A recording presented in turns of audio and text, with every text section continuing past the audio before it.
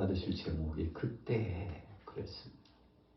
정한 때가 되면 이 역사가 시작되고 그 과정이 진행되고 마침내 완성된다는 의미가 있죠. 천하범사의 때가 있고 기한이 있습니다.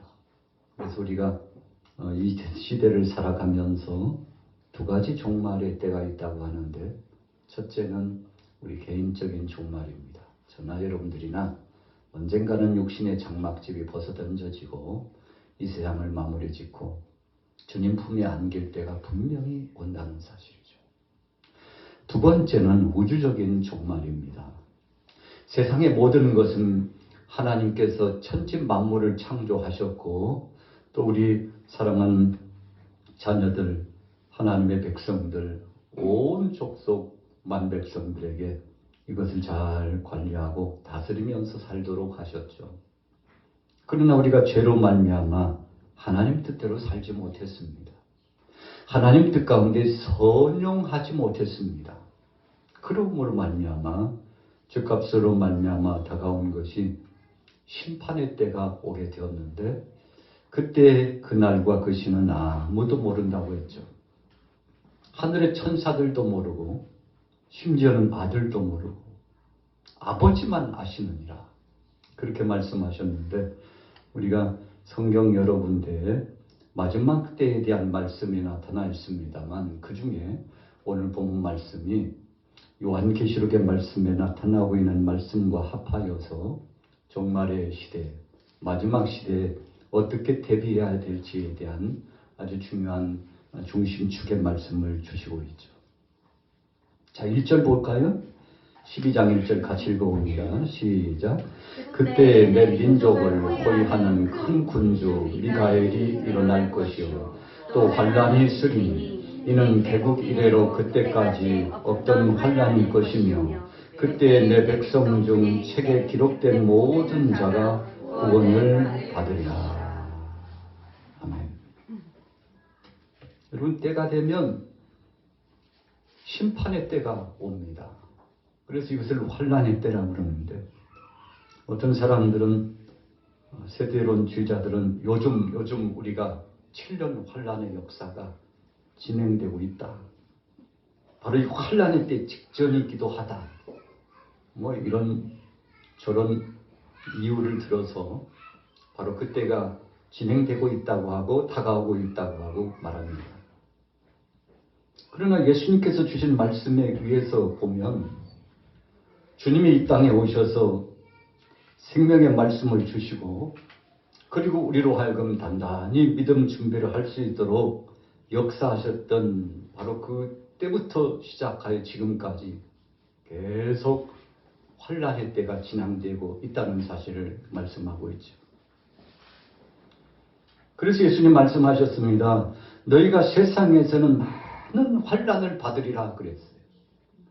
여러분, 믿음의 사람들이 안전히 거하고 아무런 일도 일어나지 않고 그래서 평안히 삶을 진행해 나가고 신앙생활에도 좌충우돌하는 그런 어떤 핍박과 고난도 없이 살아간다면 얼마나 좋겠습니까? 그런데 예수님이 주신 말씀처럼 주님께서 승천하신 이후로 지금까지 한 번도 환난과 고통과 스리슨 승잔의 삶의 무게감이 없었던 적이 한 번도 없습니다. 여러분, 우리가 역사적인 사료에 의해서도 보면 올해는 괜찮겠지 하고 새로운 한 해를 출발하고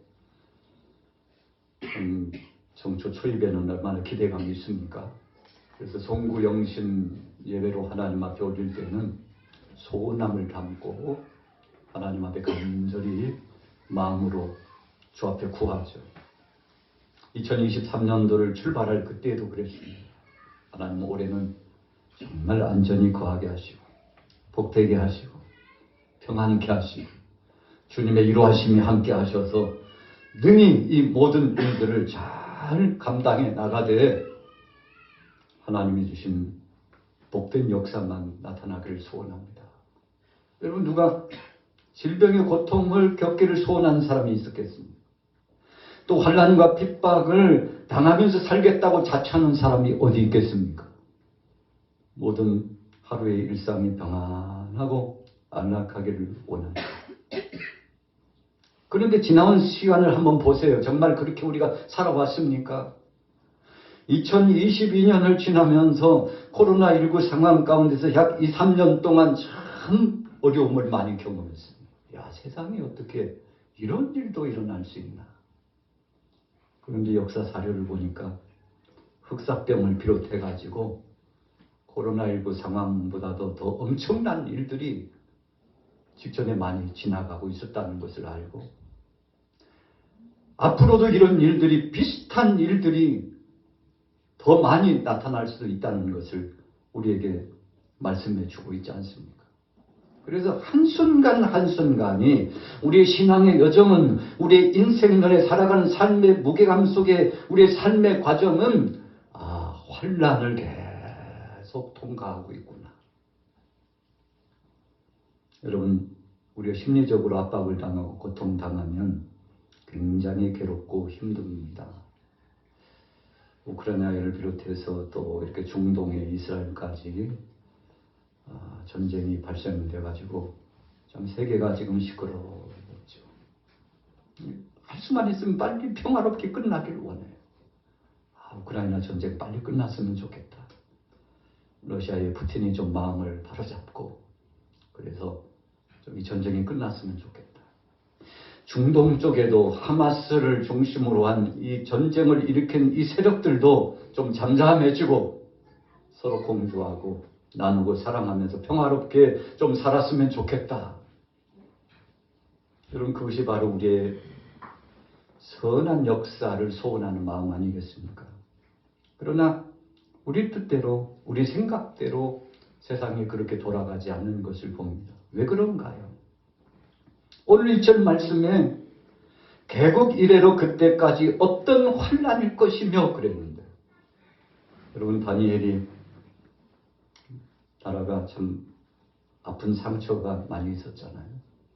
유다가 바벨론에게 멸망함을 당하고, 그리고는 또 바벨론, 유다를 쳤던 그 바벨론이 파사 나라에 의해서 점령당하고, 마침내 고레스가 칙령을 내려가지고 유다인들은 다 고향으로 돌아가라고 할 때까지 엄청난 70여 년 동안 압박과 고통을 당했죠.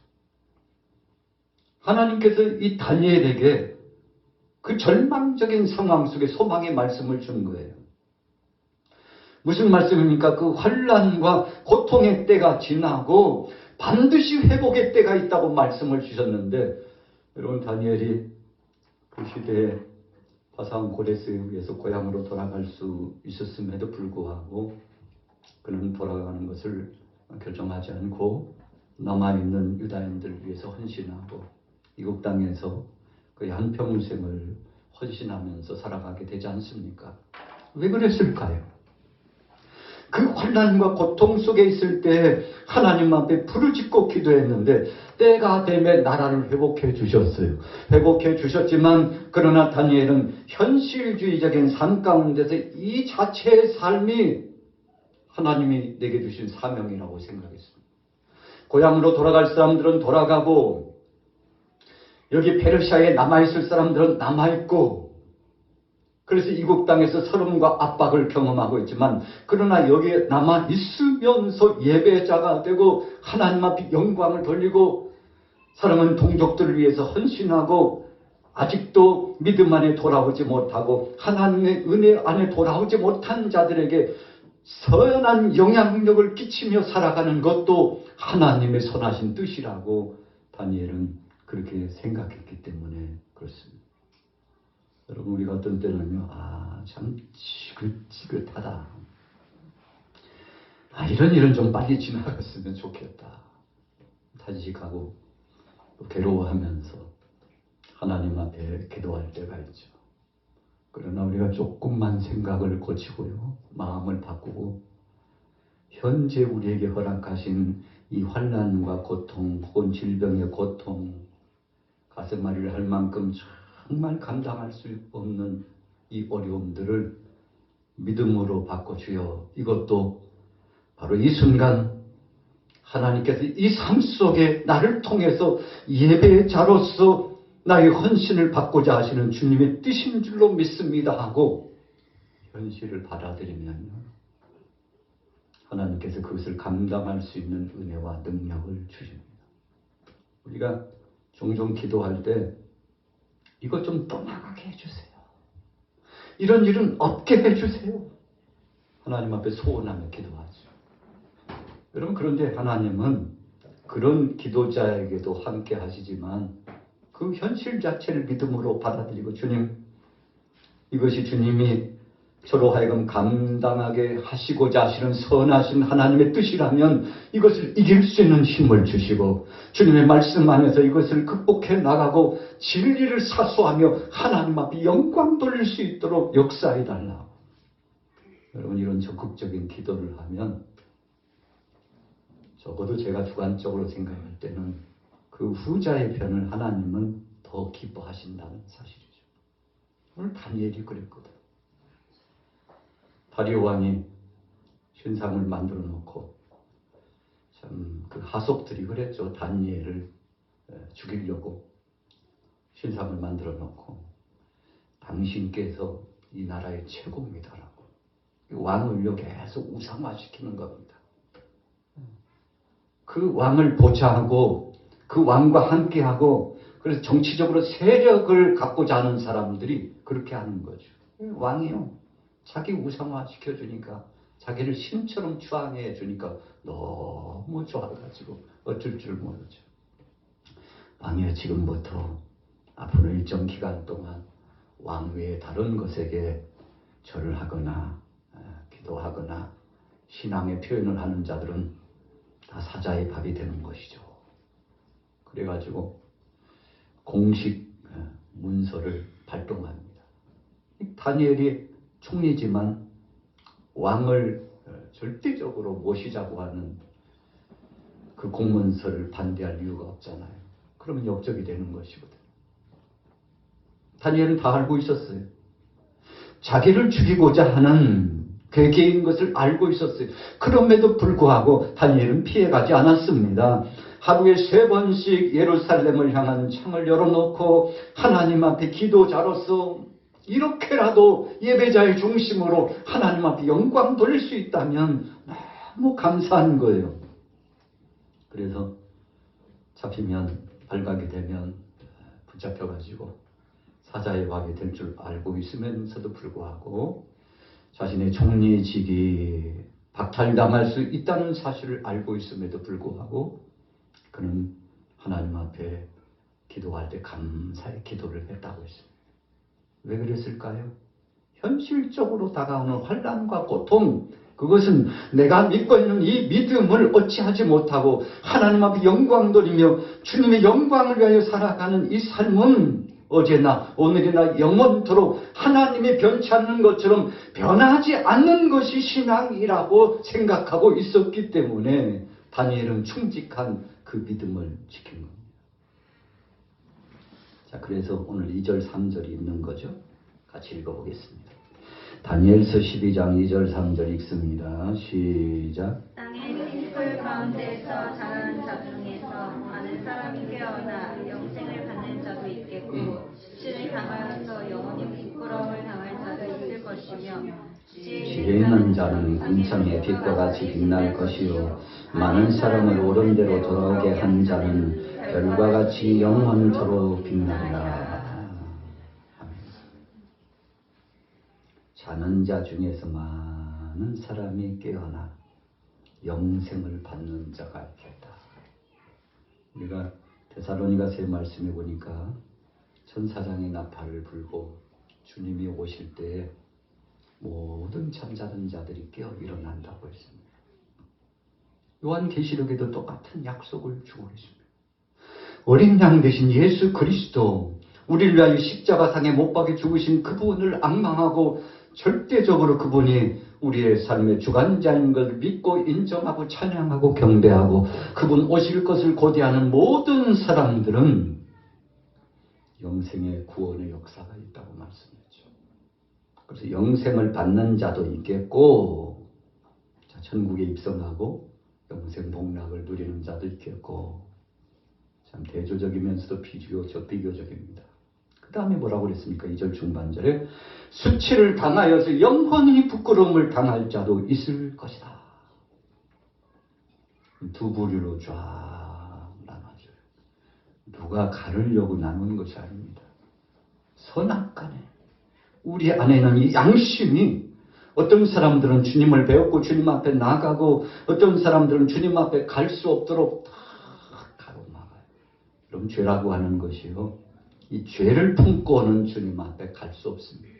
우리가 이 땅에 살면서 예수 그리스도 안에 죄의 무게감을 가지고 내어놓고 철저하게 자복하고 회개하고, 그래서 주님의 긍휼하심을 받고 그 믿음 안에 구원함을 받지만, 여러분, 이런 감격스러운 구원함을 받는 사람들은 기쁨과 소망이 넘쳐납니다. 그래서 찬송이 저절로 이 속심령 속에서 성령에 이끌려서 찬송이 나오는 겁니다.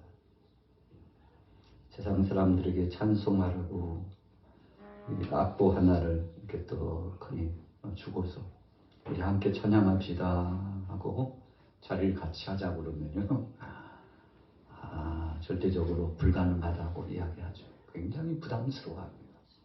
익숙하지 않아요. 가시방석에 앉은 것 같아요.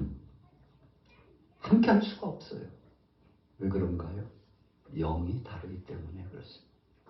오늘 저와 여러분들은 성령에 이끌려서 신앙생활을 하기 때문에 그 성령이 우리를 도와주셔요. 그래서 그 성령께서 허락하시고 인격적으로 우리 안에 오셔서 좌정하시면 하나님이 기뻐하시고 영광을 받으실 그 일에 대해서 자원하는 심정으로 이 속심령 속에서 발동적으로 나와서 찬양도 하고 기도도 하고 예배자로서 이 모양 저 모양 헌신도 하고, 세상에 나가서도 믿는 사람답게 믿음의 사람으로서 선한 영향력을 가지고서 주님이 주신 성령 안에서 주님이 기뻐하실 일을 가지고 나가죠. 누가 하라고 그런다고 해서 그거 할 수 있을까요? 못합니다. 그냥 인격적으로 성령님이 이끄시는 대로 진행하게 되는 것이죠. 자, 그래서 수치를 당하여서 영원히 부끄러움을 당할 자도 있을 것이며, 영원한 지옥의 심판이 기다리고 있다는 것. 지혜 있는 자는 궁창의 빛과 같이 빛난다고 그랬습니다. 지혜로운 자는 누굽니까?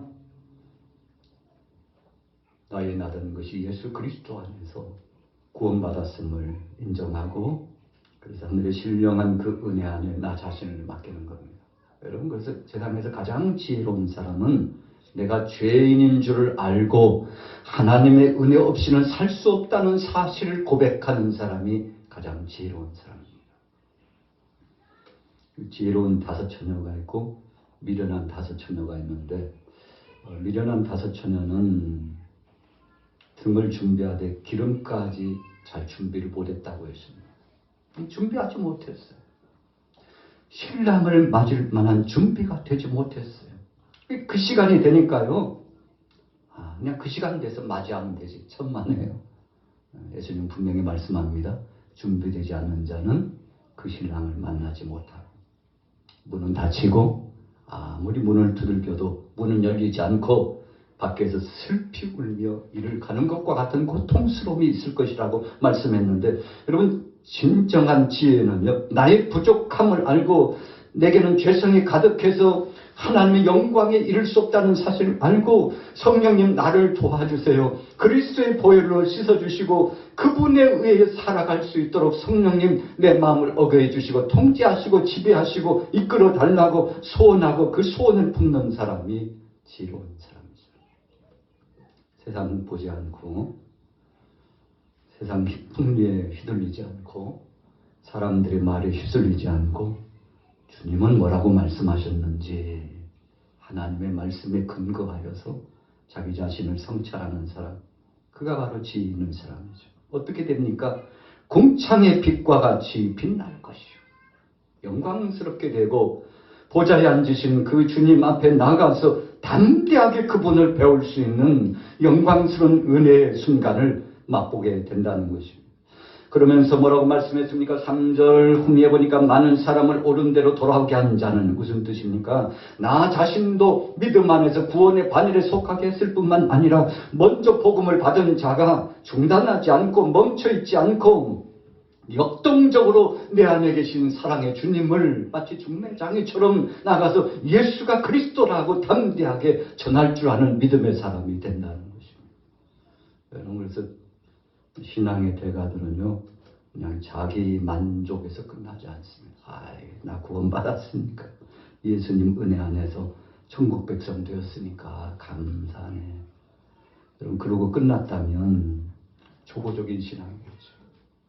그러나 정말 그것이 귀하다면, 정말 그것이 복되다면, 천국과 지옥이 있다는 사실을 분명히 안다면, 영원한 그 세계와 주님의 우리에게 허락하신 구속의 은총이 감격스러운 줄 안다면 많은 사람들에게 나가서 그 소식을 전하는 겁니다. 우리가 주위에서 살다 보면 맛집이 있으면요, 참 음식 맛있다. 이 맛있는 걸 나만 먹으면 안 되지. 부모님이 생각나고 형제 자매가 생각나고 그 친구하고 한번 와야 되겠다 생각나죠. 왜요? 좋은 것이니까. 그런데 음식을 먹었는데 돈이 아깝다. 먹고도 그냥 입가가 찝찝하고 속도 이상하고 안 먹는 것보다 못하다. 그렇다면요, 이것은 누구에게 추천할 수 없죠. 내가 경험했고 내가 체험했던 것을 누구에게 추천할 수 없어. 저 거기 가려고 그래. 가지마. 내가 경험해봤는데 맛이 좀 그렇더라고. 가면 어쩔 수 없고. 여러분, 이렇게 이야기를 할 수 있는 거 아니겠습니까? 자, 지혜로운 사람은 자신이 가지고 있는 것이 최고의 것이라고 하는 것을 소개하게 되는 것이죠. 자, 4절, 우리 6절까지 읽겠습니다. 4절에서 6절 시작. 다니엘아, 마지막 때까지 이 말을 간수하고 이거를 봉함하라. 많은 사람이 빨리 왕래하며 지식이 더하리라. 나 다니엘이 본즉 다른 두 사람이 있어 하나는 강 이쪽 언덕에 섰고 하나는 강 저쪽 언덕에 섰더니 그 중에 하나가 세마포옷을 입은 자 곧 강물 이쪽에 있는 자에게 이르되 이 놀라운 일의 끝이 어느 때까지냐 하더라. 아멘.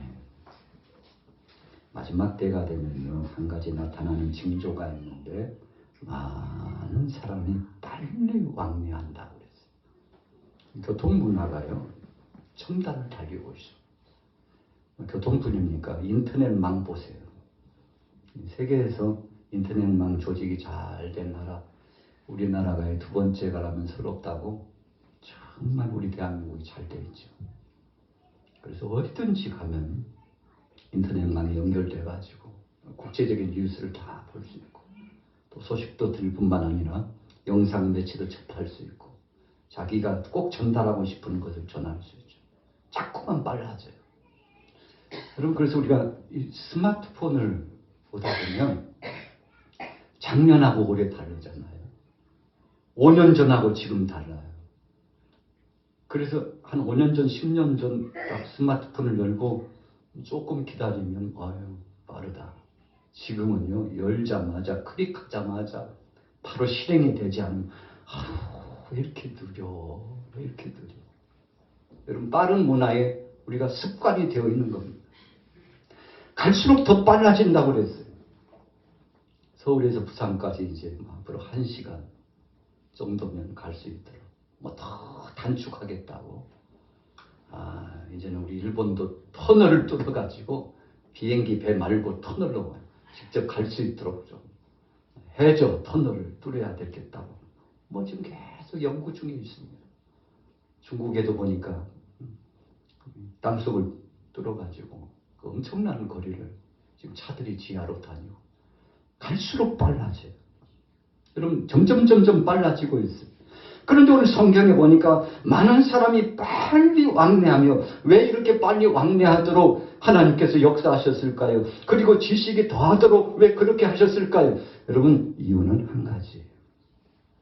우리 같이 따라해 보겠습니다. 생명의 복음이 땅끝까지 증거되도록 그렇게 하려고 하신 겁니다. 우리 사람을 이렇게 하는 거 뭐 편의적인 거 많죠. 그러나 성경 속에서 보면 생명의 이 복음이 땅끝까지 주님 말씀하신 대로 땅끝까지 이르러 내 증인이 되리라. 그러면 그때 인자가 오리라 말씀하셨는데, 여러분, 그래서 문화가 자꾸만 빨라지는 것은 이것을 악용하고 육신의 정욕으로 쓰라고 주시는 것이 아니고 생명의 복음을 거기에 실어가지고 세계 속에 계속 복음을 수출하라고 하신 주님의 지상 명령인 것을 기억하시기를 바랍니다. 이 다니엘 시대에 이미 사랑의 주님께서 이런 말씀을 주셨는데, 우리가 디모데서의 말씀에도 그렇게 나와 있지 않습니까? 사랑이시가지고 세상 문명 속에 취해가지고 사람들이 더 협력하고 사랑하고 화목하고 위로해주고 함께 손을 맞잡고 살아가야 되는데 어떻게 돼가고 있나요? 더 힘겨운 삶의 행태가 되어지고 있는 것은 성경 속에서 보니까 빨라지기는 빨라지고 발달되기는 발달되지만 주님이 오실 날이 더더욱 가까워오고 있다는 징조라는 것을 예고하고 계시다는 것이죠. 자, 결론을 내려보겠습니다. 6절에는 그러기 때문에 세마포 옷을 입는다고 했습니다. 7절에는 한때, 두때, 반때, 3년 반에 이 환란의 때가 있다고 말씀했습니다. 그리고는 7절 후미에 보니까 그렇게 되면 이 모든 일이 다 끝나게 되리라 그랬어요. 여러분, 환란의 이 시대가 끝나면 이제 종국적으로 마지막 그때가 주님 오실 때가 불현듯 가까이 온다고 그랬는데, 8절에서 9절 같이 읽습니다. 시작. 내가 듣고도 깨닫지 못한지라 내가 이르되 내 주여 이 모든 일의 결국이 어떠하겠나이까 하니 그가 이르되 다니엘아 갈지어다 이 말은 마지막 때까지 간수하고 봉함할 것이니라. 자, 마지막 때까지라고 그랬어요.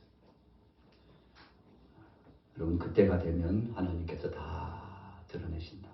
사랑의 주님께서 밥 먹으면서 요한사도를 불러가지고 환상 중에 천국을 체험하게 하고 주님의 보좌를 보게 하고 그리고 마지막 시대에 어떻게 될 것인가를 확연히 말씀해 주었는데, 여러분이 봉함 닫아 놓을 때가 있고 오픈해서 열어 놓을 때가 있습니다. 이때가 되면 주님이 다 열어서 말씀해 주시는데, 오늘 보니까 다니엘에게는 그때가 어떤 때이고 그때가 어떤 시대가 도래할 것인지에 대해서 확연히 말씀해 주면서도 때가 되면, 바로 그때가 되면 분명히 밝히 드러나 알게 될 것임을 말씀해 주시고 있죠.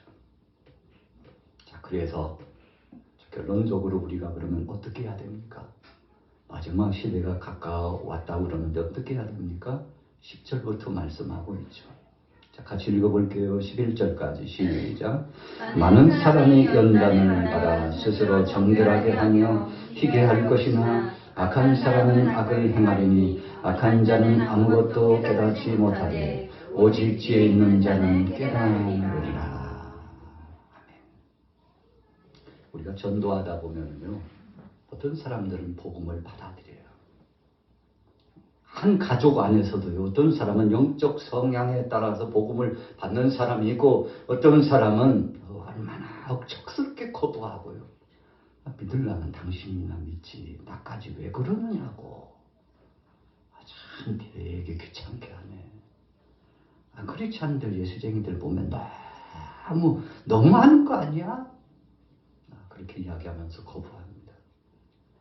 오늘 10절에도 마찬가지였어요. 어떤 사람은 이 복음의 비밀을 받고 그래서 주님 말씀에 돌아오는 사람이 있는 지혜로운 자, 깨닫는 자가 있는가 하면 어떤 사람들은 악한 사람이다 해서 악을 행하리니. 여러분, 그래서 이 마음이 열리지 않아요.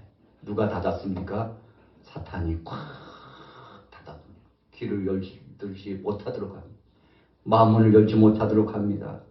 눈을 집중하여 그 말씀을 듣고 그리고는 그 예배자로서의 헌신적인 집중을 진행하지 못하도록 차단합니다.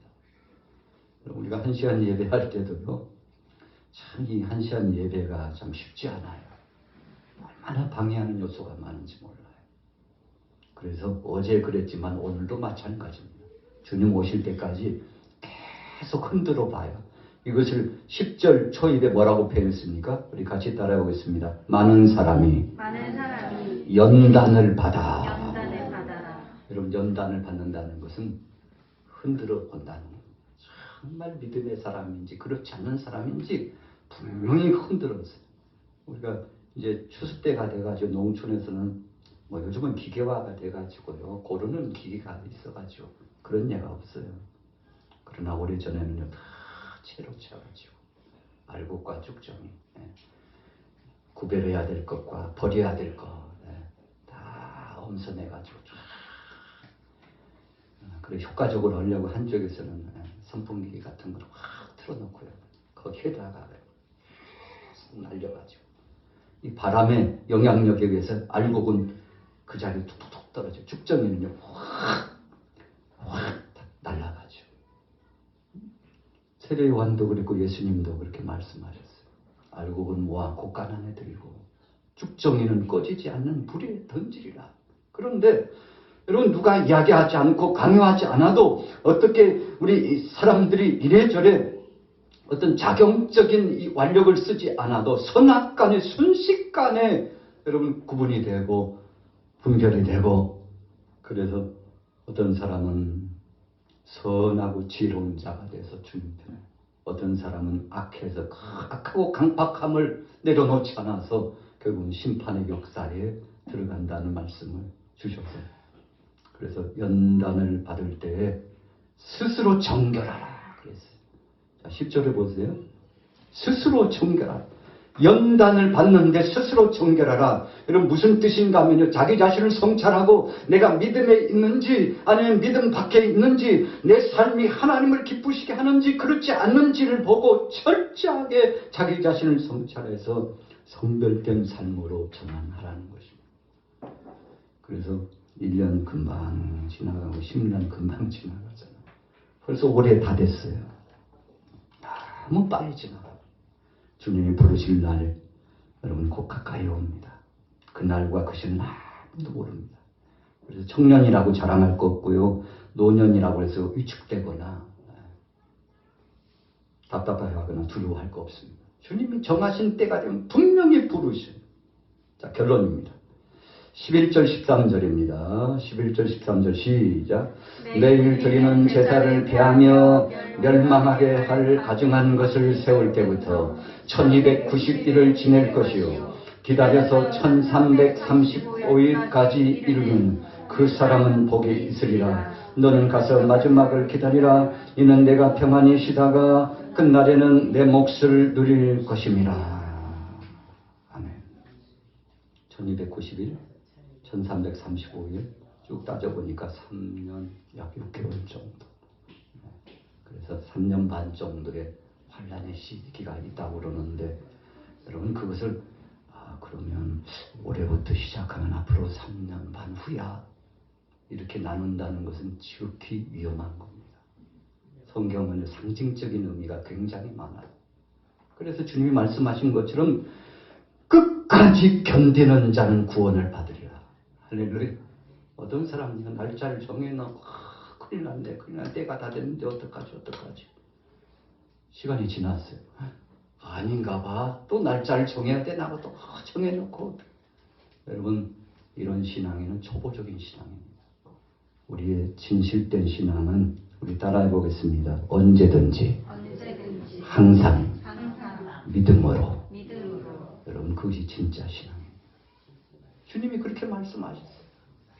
마지막 때에는 환난과 핍박이 있다고 했습니다.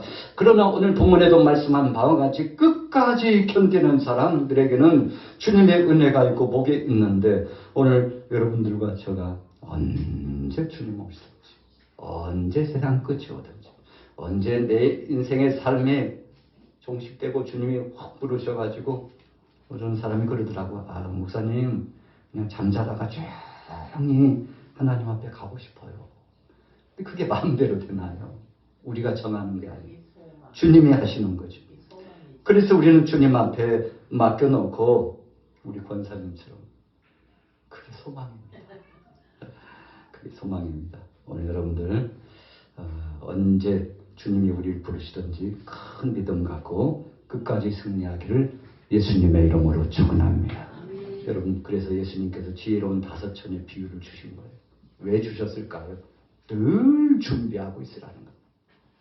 한때 보면 진짜 신앙이 있는 것 같은데 일정한 시간이 지난 다음엔 믿는 사람 아닌 것 같아 이러지 말고 어제나 오늘이나 영원토록 변치 않고 오늘 주님 오셔도 오늘 마지막 그 순간에 끝이 와도 주님 앞에 당당하게 설 수 있도록 믿음 준비 잘 하시기를 예수님의 이름으로 축원합니다. 만복의 근원 하나님 온 백성 찬송 드리고 조천사여 찬송하세 찬송 성부 성자 성령